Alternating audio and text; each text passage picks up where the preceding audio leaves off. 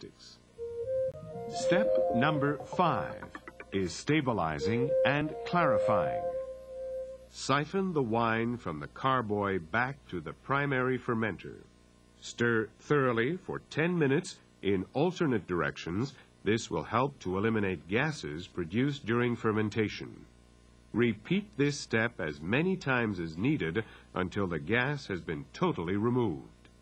The gas is totally removed when you see no more visible bubbles or foaming. Add the content of envelope number 2, stabilizer, to 125 milliliters of water and mix until completely dissolved. Add to the wine and stir. After degassing the wine, it is time to add the clarifier. Pour the contents of the Kieselguhr Sol sachet and stir vigorously for 1 minute. Wait 15 minutes before moving on. While stirring, add the contents of the Ketosan sachet and continue stirring for 2 minutes. Siphon the wine into a clean carboy and fill it. It is better to add a small quantity of wine from your previous productions or from stores, or distilled water if needed, up to 5 centimeters or 2 inches from the rubber stopper. Replace the airlock and the rubber stopper. Place the wine in a cool area, if possible between 10 and 15 degrees Celsius or 50 and 59 Fahrenheit, and leave until wine appears clear. At cooler temperatures, wine clears more quickly than at warmer temperatures. Step 6.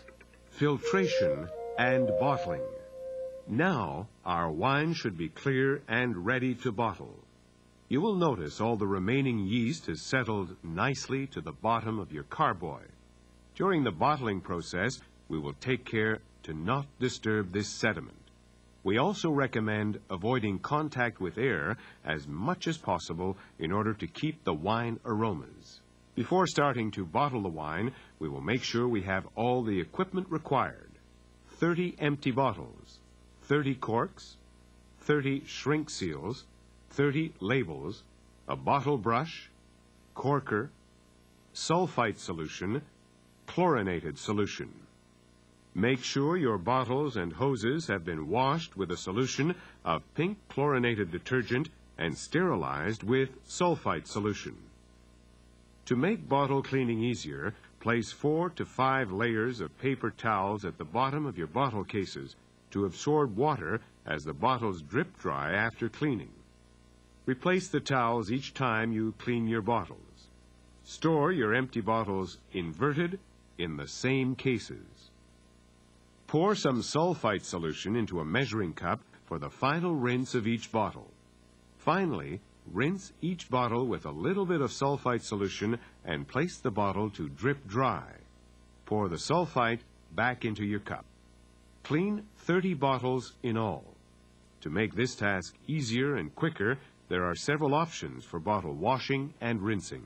Our bottle blaster is made of solid brass and stainless steel. The bottle blaster not only saves time, but also will do a more thorough job as well as save on hot water. To install it, remove the screen from the faucet, thread in the faucet adapter, and then attach the bottle blaster. Tighten with your hand and turn on the hot water between 1/2 and a full turn. As the neck of the bottle presses on the bottle blaster's trigger, a high-pressure blast of hot water flushes the bottle in a few seconds. Another very handy time-saving item is the bottle sulfiter dish. To sulfite your bottles, simply pour some sulfite solution into the bowl to halfway. Prime the pump by pushing down the nozzle a few times. To use the bottle rinser, give each bottle a rinse by pressing down firmly several times. Use your brush to assure any stains or deposits are removed. Another handy item is the bottle tree, like the model shown here. This bottle tree assures all your bottles drip dry, stay nice and clean, and do not fall over. Notice how quickly and easily these items work together.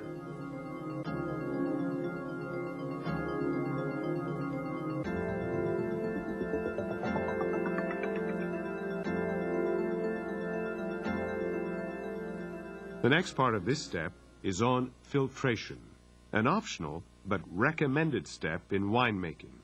Filtering your wine is not necessary as long as your wine is clear. There are, however, many advantages to filtration. It helps eliminate carbon dioxide gas, removing any suspended yeast particles, and reducing the chances of your wine throwing a deposit once bottled. Many filter systems are available. One system we highly recommend is the Buon Vino Mini-Jet. This is compact, of excellent quality, reasonably priced, and above all, very easy to use. To set up the filter system, install your hoses as shown. Install the exit hose on the outlet at the top of the steel plate by simply pressing it on. Attach the short drip hose on the spout of the drip tray. Finally, place the intake hose with the stainless wire on the pump inlet.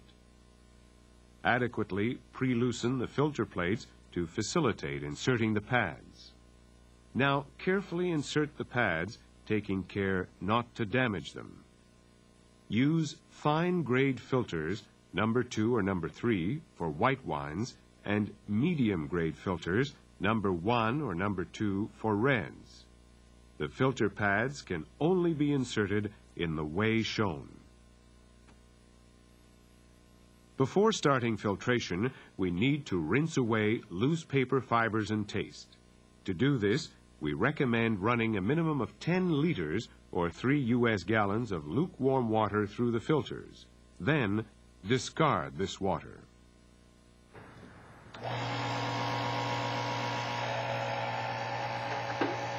Now we proceed to sanitize the filter system by pumping about 1 liter of sulfite solution through the system. Discard this solution. Now, pump half a pail of tap water through the filter system to remove any sulfite residues. After cleaning and sterilizing, we are ready to start filtering our wine. Place the drip hose into an empty cup or wine bottle. Straighten out the first 3-foot section of the intake hose with the built-in wire, as shown, and insert it into the wine, taking care not to disturb the sediment at the bottom. We will now filter the wine into a clean and sterilized carboy. Discard the first half bottle of liquid, as it is mostly water, and continue with filtration. After filtering, we will allow the pump to run and pump out the remaining wine in the system.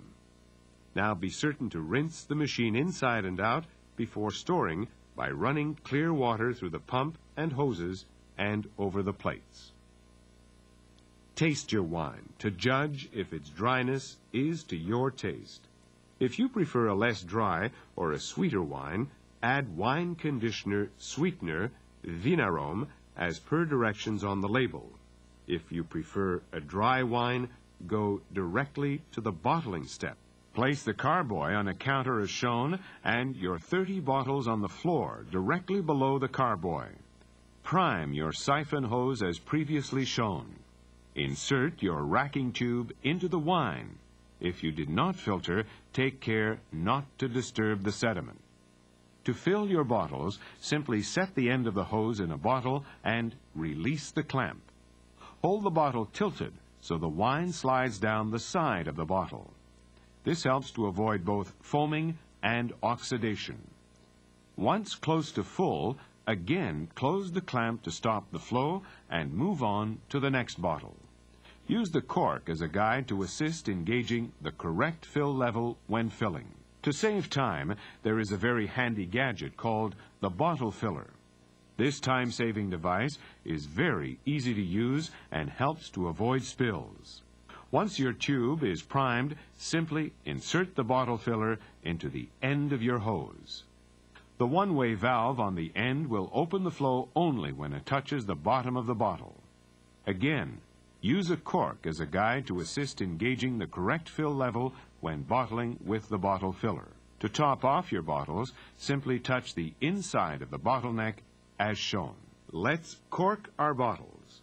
Our corks require no special treatment before use, as they are sterilized when packaged. we recommend installing them dry.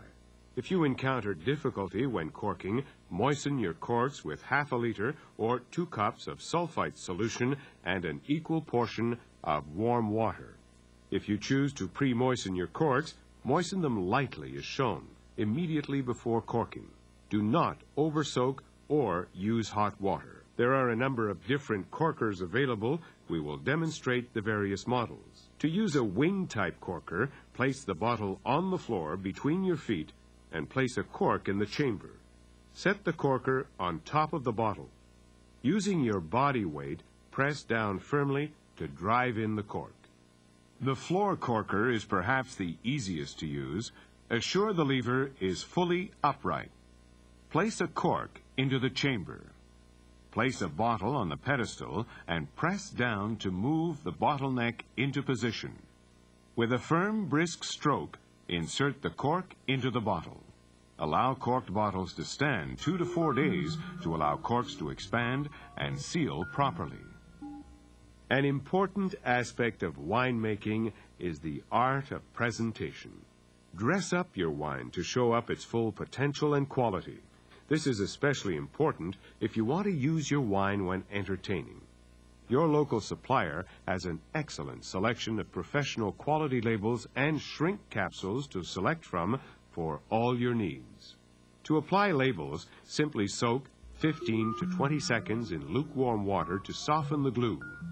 With care, remove the label from the water, position the label on the bottle, and carefully smooth out any large air bubbles. Allow to air dry in place. Minor air bubbles will disappear as the label dries. Notice the difference in appearance a label makes. To apply a shrink capsule, place it over the bottleneck. Hold the capsule on the bottle using a wooden or plastic spoon to keep your hands well away from the boiling water. Then, quickly submerge the capsule into boiling water as shown. A heat gun may also be used. Hair dryers do not work as they are not hot enough. Another method is to take it through the steam from your kettle while holding in place with a spoon and rotating the bottle. Be careful not to burn yourself with the hot steam. Your wine is now ready to drink and enjoy. It will continue to improve and mature with aging. Wine should always be aged on its side to keep the cork moist. Store in a dark area, as cool as possible, between 10 and 18 degrees Celsius or 50 and 64 degrees Fahrenheit. You will notice a significant development in as little as 3 months. When serving and enjoying your wine, be certain to explore and appreciate its numerous qualities of color, clarity, aroma, and flavor. Cheers! Enjoy your batch of wine. Should you wish to expand your knowledge about winemaking, several excellent books are available. Be sure to review this video from time to time as a refresher or for reference purposes.